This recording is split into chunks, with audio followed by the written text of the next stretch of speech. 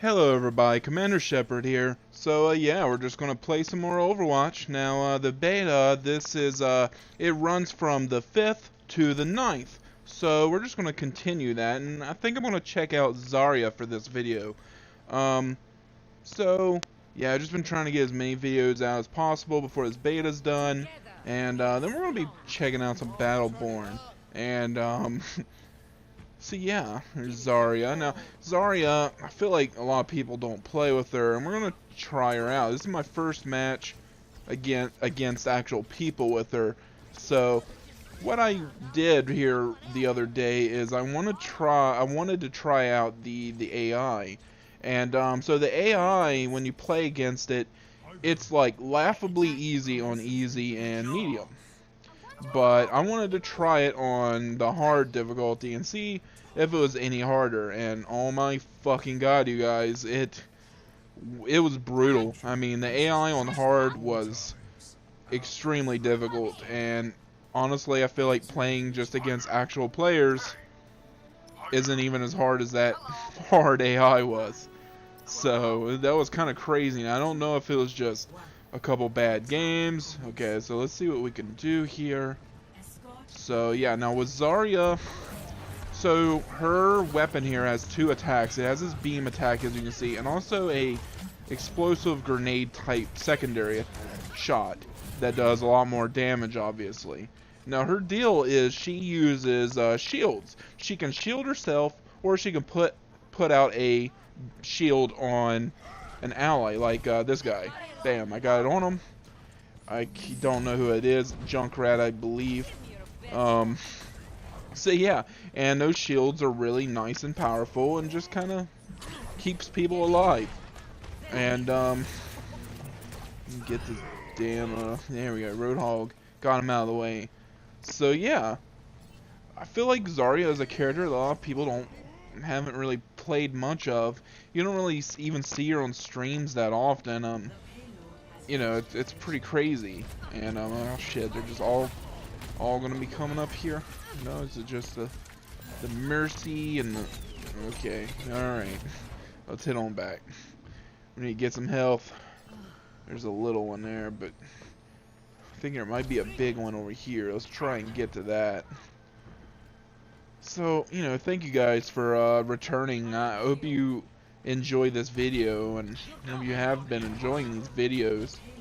And so anyway, like I said, you know, I'm kind of just a, you know, a normal everyman kind of gamer. I'm not really, I'm pretty hardcore, but you know, I just want to have some fucking fun, and I'm not hardcore like, I don't know, I just feel like the word hardcore is defined in such a stupid way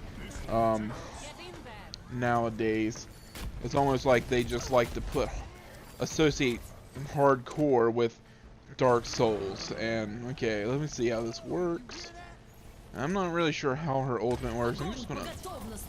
Okay, so I guess it pulls enemies to it. Alright, so that's pretty interesting. It just kind of... It's like an area of effect thing. You shoot it out near an enemy, a group of enemies, and it sucks them to the center. So I could see some really cool combinations with other characters with that. That would be really cool. But anyway, I just feel like the word hardcore nowadays in gaming is just associated with Dark Souls. And I think it's kind of ridiculous. And I know Dark Souls is this huge thing and all, and I'm gonna piss people off for saying anything negative about the game. But I mean, I don't think it's a masterpiece at all. And not to say I don't still enjoy it and I like it. It's one of those games I enjoy watching more than playing. Not that I'm not capable of playing it. It's just, I don't know. I don't really think that it's a very fun game to play. And I think it's kind of ridiculous. You got these certain gamers who think they're so hardcore, and anybody else that can't enjoy the game, Dark Souls is casual, and they shouldn't even play games. They're just casual and stupid. Well, I don't really define hardcore by Dark Souls. Okay, I don't know. I can tell you right now, the reasons I don't like Dark Souls is because, oh shit, that's gonna fuck me up. One of the reasons I don't like Dark Souls is, well, there's games like Witcher 3. Okay, The Witcher 3, in my opinion, is the example. Dark Souls, it's fine and all, you know, and if you really don't care about any real narrative or story, and you know, I mean, it's fine. I mean, yeah, and I get it. There's, you know, there's plenty of story in the world or whatever, but you know, there's a lot of lore. But you know what? Destiny also has a lot of lore, and one of the things people complained about Destiny is that there's no story in the game. And well, I feel like there's actually more story in Destiny than there is in Dark Souls in the series. So, oh man, we got play of the game. I don't know what it could be. Are you kidding me? Why is this play of the game? Because I shielded Junkrat? That's all I did right there. Is it because I kept somebody alive, maybe? I don't know. You know, I don't really think that we got to really see much of Zarya. I feel like we need a little bit more. So I think I'm going to play another match here and put it with this video. And so we're going to do another match. I just feel like this wasn't enough to get a good idea of Zarya. So let's just go right on into another match. So here we go. Okay, guys. Alright, guys. So here we are. We're going to start a new match here with Zarya. So yeah, you know, I really hope that I'm not, you know, pissing off all the Dark Souls people. Dark Souls players are, well, you know, they're really defensive of their game, and that's fine. You know, I'm super defensive about Mass Effect 3, you know, so whatever. But, you know, even with its flaws, I think that Mass Effect 3 is a fucking wonderful game. So I get it, you know, you gotta defend it, but all I'm saying is Dark Souls community, they can be kind of, I'm just gonna say, pricks.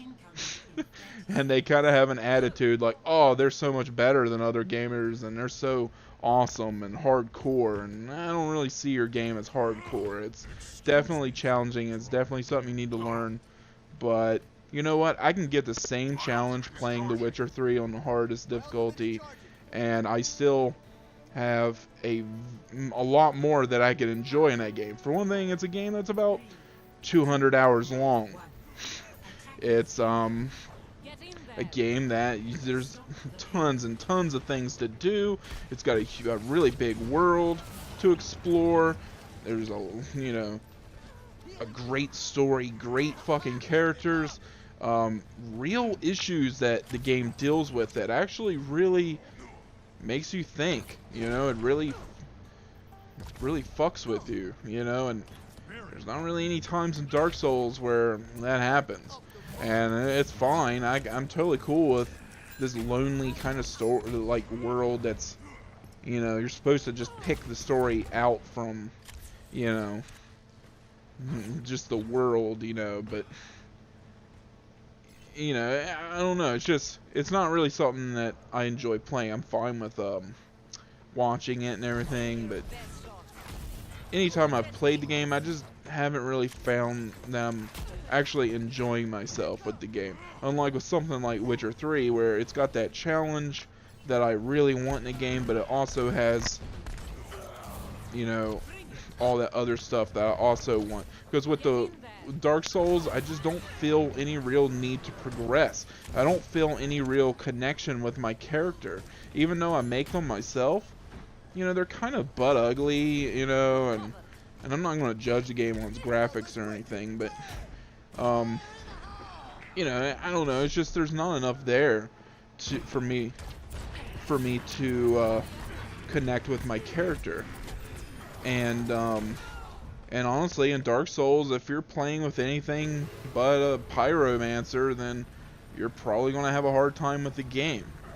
And a lot of people just play with pyromancers because it's like one of the more useful classes that you can go with in the game, and so it doesn't really feel like there's even real need to even play with different types of characters. I mean, I know that there's plenty of people that can that have really good builds and everything, but I think most people, they just play with Pyromancer. Man, there's a lot of shit going on. Also, Project CD Red, you know, the developers of The Witcher 3, they are just great fucking people. They're one of the they're probably my highest examples now of how to do fucking video games, because they respect their product. They know that they've made a great product, and goddamn it, they're gonna give you free fucking shit because they know that they got a good fucking product, and they're not afraid of you know, they know it's gonna fucking sell because they've put out a quality product that is great, and they respect their customers. They've even come out and said it. They're like, hey, there's going to be like 17 or 19, I can't remember how many pieces of DLC, but they said, hey, there's going to be like 17 pieces of DLC that you know, we're going to release, you know, with the game over a course of, I don't know, a month or two, whatever it was, and it's all going to be completely free.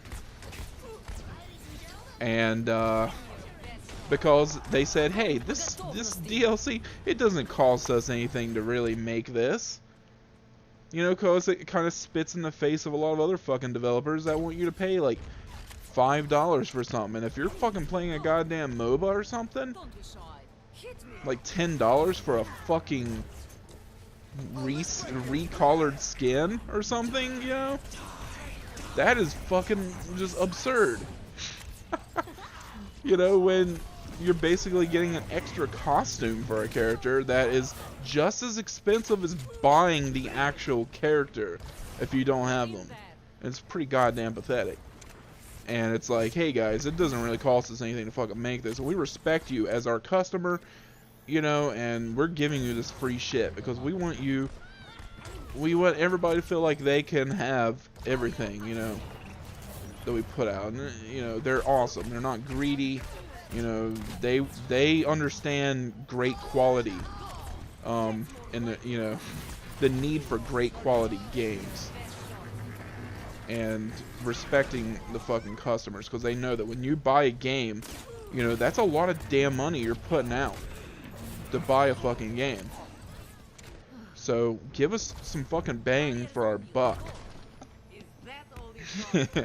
So they're awesome, and they said, you know, hey, this is going to be some free DLC, and we're going to have 2 actual expansions, not little bite-sized chunks of DLC that extends the game. No, we're going to have 2 legitimate expansions, and somebody got me there. 2 legitimate expansions for The Witcher 3 that are going to be huge, okay? The first expansion, it gives you like 10 hours of gameplay, and the second one here coming up somewhat soon, I believe it's called Blood and Wine, that one's supposed to give you from 20 to 25 hours of gameplay for 15 bucks. The first expansion is $10. I actually got it for $8 because it was like, I think if you bought it early, you get like a couple dollars off or something. It's insane, guys. Fucking compare that to Destiny and their so-called expansions that are just nothing. They're basically making you pay for shit that was already in the game to begin with, that they took out and wanted you to pay more money for. You know, that's what Destiny expansions are. Those first 3 or whatever, it's nothing. It's just, it's stuff that was already in the game, and they want you to pay more for it. And those expansions are pathetic. They're all like $20-some for less than, you know, a few hours of gameplay. Or, you know, it's like nothing, right? It's just a little tiny chunks that they want you to replay over and over and over and over and over. And that's the game. And it's pretty damn sad. And I used to really love Destiny, and I supported the game a lot when it first came out, because I, you know, like a lot of people, I was like, you know, this is a game that they want to grow. I did buy into that idea that, hey, they want us to support them and be like, look, we're going to grow this game, and it's going to be big, and it's going to always be improving. And I kind of bought into that idea. I'm like, oh, that'd be kind of cool. But guess what? The game did not really improve that fucking much. And sure, it's good now, but this is how the game should have been to begin with. So anyway, I know it's a little going on a couple little rants here, but yeah, you know, it's alright. Got to talk about something, and I'm just saying a lot of games aren't perfect, and that's just how it is. And this, I think these two videos went really good. Went really, really good. But yeah, and and just so you guys know, I don't dislike Dark Souls, okay? I mean, I still enjoy it, but I do enjoy watching it more than playing it. And hell, right now, Game Grumps have been playing Dark Souls 3 right now, and it's been a lot of fun watching it. But it is something that it just doesn't offer enough for me to want to play it, you know, myself. It's just more of it's a fun game to watch for me. But it would be perfect if it did have that level of quality story that CD Projekt Red puts into The Witcher 3. And also just the fact that their game was near perfect when it came out. And it's even better now because they've supported it. Which is, well, you know, Bethesda has a damn problem supporting their games. Fallout 4 has a lot of damn problems, and I love Fallout 4. And bam, he nailed me. And I love Fallout 4, but god damn it, what I thought was going to be the case was the case when it came out. It had a lot of damn bugs and a lot of problems. And it was really kind of dated. Even though the game still looks fine, in my opinion. I'm not complaining about the graphics. It's just the engine and everything that's running on. It's the same old thing that they've been using for a really long time. It's time to fucking update, you know? And you'd think that they'd understand it more and they'd, you know, the game would have less problems, you know. They'd understand the kind of bugs that their game puts out, and it'd be a more polished game since they've been using the same sort of engine. But Amigo 649. But it had a lot of damn problems, and I still really enjoy the game, but I've actually been waiting for a lot of improvements, so I haven't like burned myself out on the game like a lot of people have. I've played a lot of it though. So man, that went a lot better, you guys. Thanks for watching. If you liked the video, please like, share, and subscribe, okay? And I hope I didn't upset too many of you guys with my little ramblings. But anyway, thank you guys so much. I love you. Thank you for your support. And we'll check out some more Overwatch on the next video. This has been Commander Shepard,